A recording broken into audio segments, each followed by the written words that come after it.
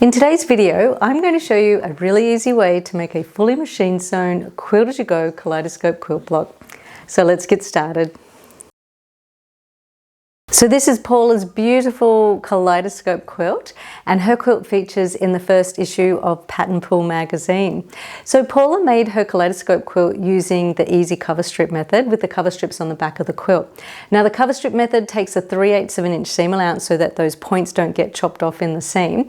And Paula mentioned that she had to make a couple of tweaks to the pattern just so that her points didn't get cut off. And I've always thought to myself that if a certain quilt blocks were made using a 3/8 of an inch seam allowance, they would be perfect for the easy cover strip method. Now there's all different ways to make a Quilt-as-you-go quilt, but I must say I think that my easy cover strip method is probably the easiest way because it's fully machine sewn. So that's what I've done. I've taken the kaleidoscope template, which is just a 45-degree triangle, and I've added a 3/8 of an inch seam allowance around the edge. So to prepare the template, you can either print it out onto regular paper, glue it onto cardboard, and then cut that out with a rotary cutter, with an old rotary cutter, making sure that everything's as accurate as possible. Or you can use template plastic, just sit that on top of the template and then trace that. Make sure that you use a really fine marking pen because it's so important that the template is nice and accurate. Or what I like to do is I print my template out onto a firmer paper. So this is like a 200 GSM and it's just almost like the thickness of cardboard. So to cut out the 45-degree triangles, first of all, start with a strip of fabric that is 5.5 inches by the width of your fabric. And it's just a matter of lining up the bottom edge with the straight edge of the fabric and the top, and using a really sharp marker, angling that marker in towards the template. Mark both sides, and then just turn it up the other way and continue marking the triangles. So now it's just a matter of using your patchwork ruler to cut on the marked lines, and don't be tempted to just cut next to the thin template because you could slip and cut your finger.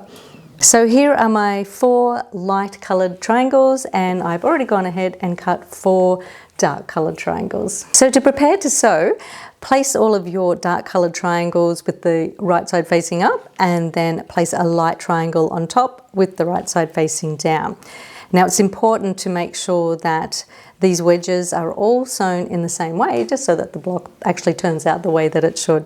So now I'm just going to head to the machine and get ready to sew. So at the sewing machine, I have a neutral coloured thread on the top and bottom, a size 70 needle, stitch length of 2, and I'm just sewing with my standard foot. And the most important thing now is to work out where that 3/8 of an inch or 1 centimetre seam allowance is for you. All machines are a little bit different, so you may find that you've actually, on this metal plate here, there is actually a 1 centimetre or 3/8 of an inch line. With my brother's sewing machine, what I really need to do is use the edge of my foot as a guide, and I just move my needle position over so that when I measure from the edge of the foot to the needle, it's 1 centimetre. And just as a reminder, I'm using a little piece of green painter's tape, and that's a reminder so that we're also used to sewing a 1/4 inch seam allowance. Every time I get back on the sewing machine, that reminds me to take the 1 centimetre or 3/8 of an inch seam allowance. Okay, so starting with the leader, I'm then going to chain piece each of these triangle pairs, sewing down one side edge of each piece.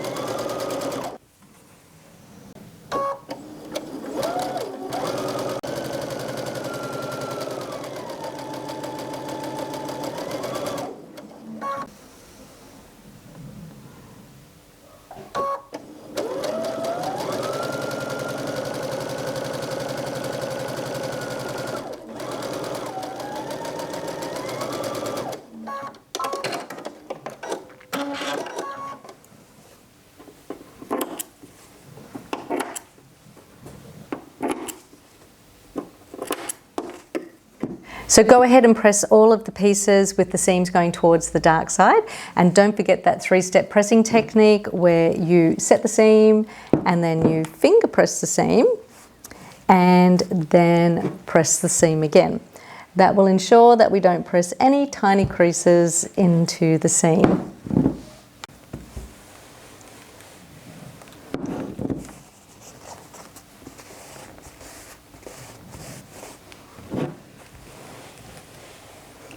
So now lay out the pieces to form an octagon shape, and we're going to sew them in pairs again. So this one to this one and this one to this one. And the good thing is that those seams will be facing in opposite directions, so they'll nest in together, making it easy to line them up.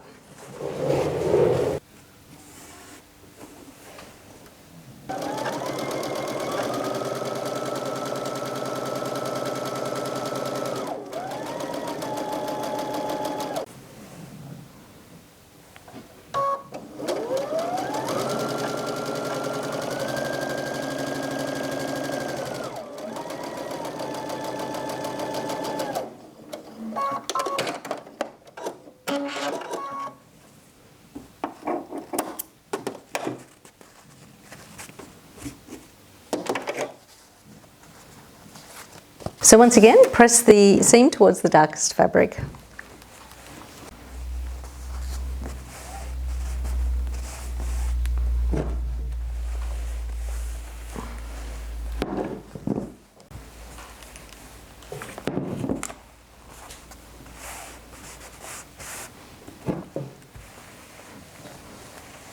So now sew the two pieces of the octagon together, and we're going to use a pin to use the pin trick to line up our center points.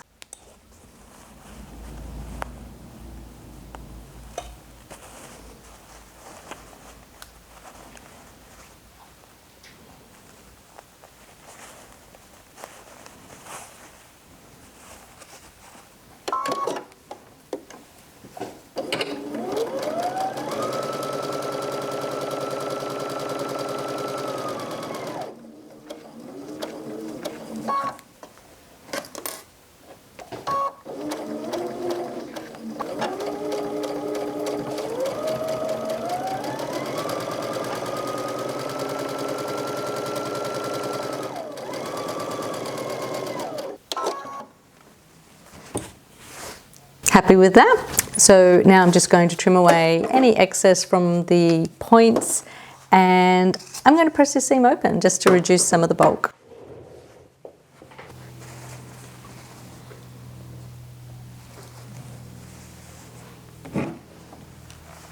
So here's our octagon shape, and I'm just going to measure that. So I'll pop that on my cutting mat with a straight edge on one of the horizontal lines, and I'm taking a 12.5-inch square ruler, and I'm just going to pop that on, and I just want to make sure that it measures 9 3/4 inches from the straight horizontal and vertical edges, which it does, so I'm quite happy with that. Now the next step is we need some triangles to square off our corners to make this block a square, and we're just doing that with a 4-inch square of fabric, and I'm just going to cut that once on the diagonal from corner to corner. And one more step before we sew on those triangles, we're just going to trim away the dog ears.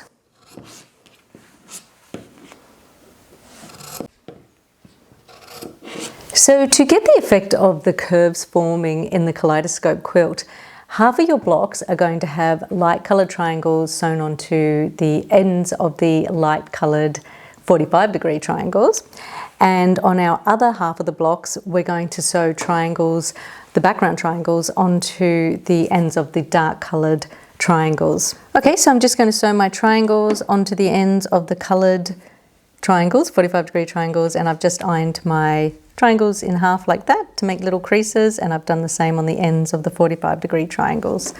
That just makes it easy to put them right sides together. I know where the center is, and I can quickly sew.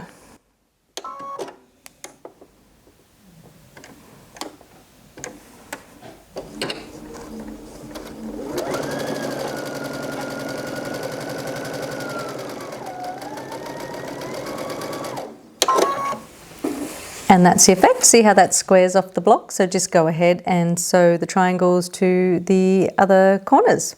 So this is what the block looks like with the corner triangles sewn on, and now I'm just going to give it a trim to 9 3/4 inches square.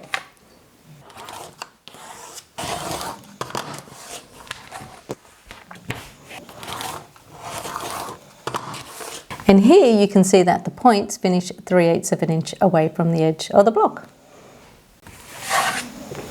Okay, so now I'm going to quilt the blocks, and I have my backing squares, which are 10 inches, and I have my batting, which is 9 inches, and I have it positioned with the 1/2 inch gap all the way around the edge, and I'm just going to position my block on top.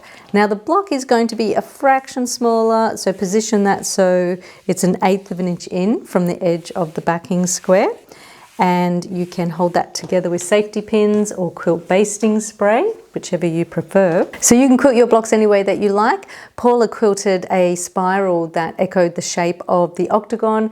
I'm going to go really beginner friendly and just do some straight lines down, across and on the diagonal. So let's head to the machine and quilt those lines. So I've attached my walking foot. I have a medium coloured thread on that's going to blend with all of my different fabrics. It's a medium blue, a size 80 quilting needle and a stitch length of 3. And I'm just going to start quilting on the lines that I previously marked. And a little tip, you can do a little back stitch at the beginning and end of each row of quilting that is level with the top edge of the top block.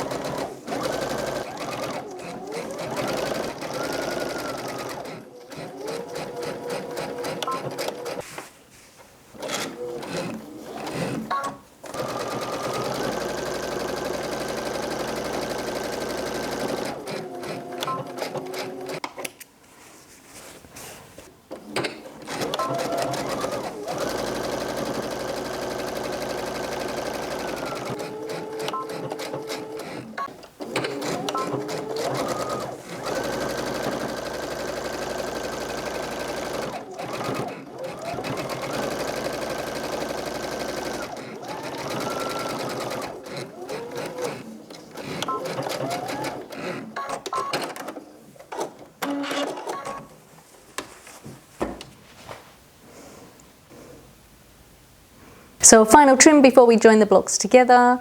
We're just going to trim them to 9 3/4 inches, which is the same size as our top fabric. So we're basically just trimming away the excess backing fabric.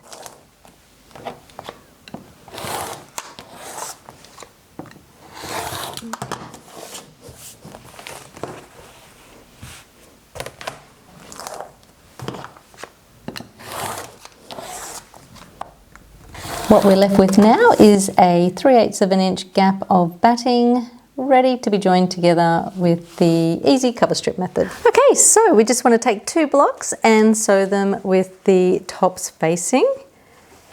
And we're going to sew that with a 3/8 of an inch seam allowance. Now, if you like, you can line up your seams with pins. I'm thinking that I might just line up the center quilting line and see how I go from there.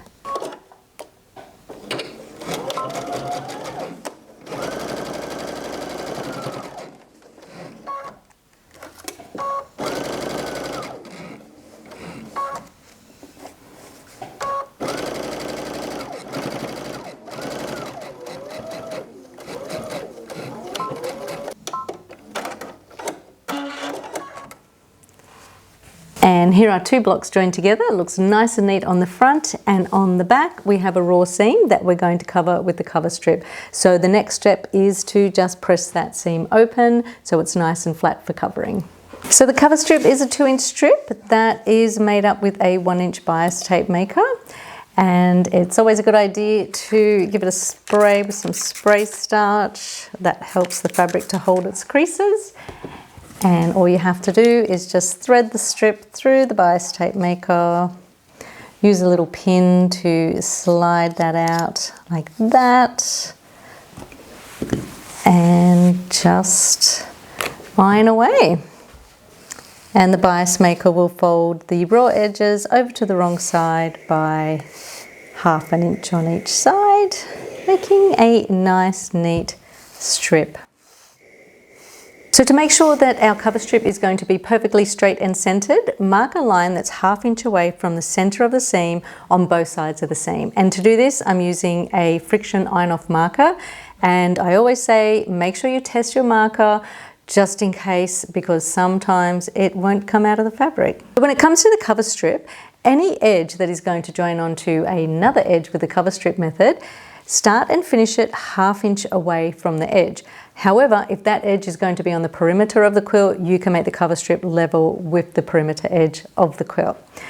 I'm just going to say that this little piece here is going to be an internal row. So I'm just going to cut a strip that is 1/2 inch shorter than both edges. When it comes to holding the cover strip in place, you can either just hold it in place and sew. You can hold it in place with fusible web like I have done in previous videos. I'm really liking the Elmer's school glue, and all you have to do is just put a couple of dots in the seam allowance, just light ones. A little bit much came out then. And then just apply the cover strip. Now, never sew through wet glue, so make sure that that's nice and dry, and to do that I'll just press that with the iron. To sew the cover strips on, I use a foot with a guide, so I'm using my Stitch in the Ditch attachment for my walking foot, and I just line that up on the edge of the cover strip, and I move my needle position over slightly so that I have a distance that's a little bit less than 1/8 of an inch away from the edge of the cover strip.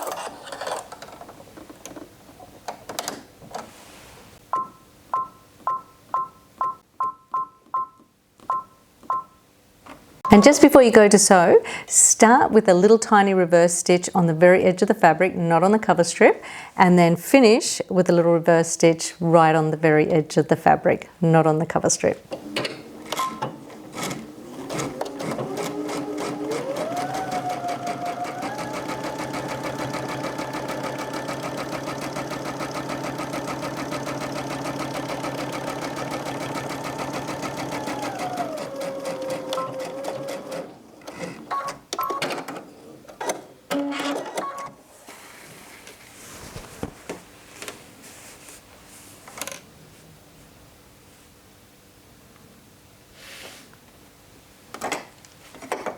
And the reason for that is so that any of those little knots that are formed by that little reverse stitch, they'll go into the seam. They won't actually be visible on the quilt top.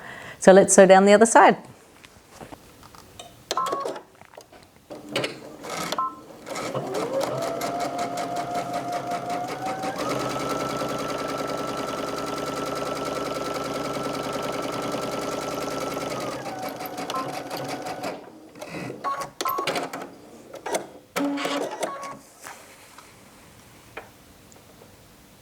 So that's how it's done. You can see that we have not chopped off any of those points in the seam. They're looking nice and pointy, and those stitching lines that attach the cover strip on the back just look like stitching lines, so 1/2 inch away from the seam. So if you'd like to make a full quilt using this method, the pattern's available in our brand new digital magazine. If you want to dive deeper into the cover strip method, we've got other videos that you can check out, and I also have my book, The Quilt-as-you-go Companion, that explains lots of other methods. So thanks for watching, and we'll see you next time. Don't forget to like and subscribe. Bye. Welcome to Pattern Poole Magazine, the world's first interactive Quilt-as-you-go magazine. Inside, you'll discover inspiring stories, step-by-step projects, and links that take you straight to the Pattern Poole YouTube tutorial library. Each issue features 10 brand new projects, from quick and easy designs to detailed, heirloom-worthy quilts. We also showcase incredible work from our community, celebrating makers from around the world. And this magazine connects directly to the Pattern Poole's library of hundreds of YouTube tutorials so you can watch, learn, and quilt along anytime. Each volume has a block of the month, where we will guide you to create a stunning Quilt-as-you-go quilt across the year, with 2 fresh blocks included in every issue. Plus, you'll find archived favourites, applique patterns, and seasonal projects to keep your creativity flowing. What makes this magazine different? It's fully interactive. Click directly to video tutorials, explore additional resources, and connect with our global quilting community. This is more than a magazine. It's a creative journey, a celebration of artistry, and a community stitched together by passion. Pattern Poole Magazine Volume 1 out now. Download and start stitching today.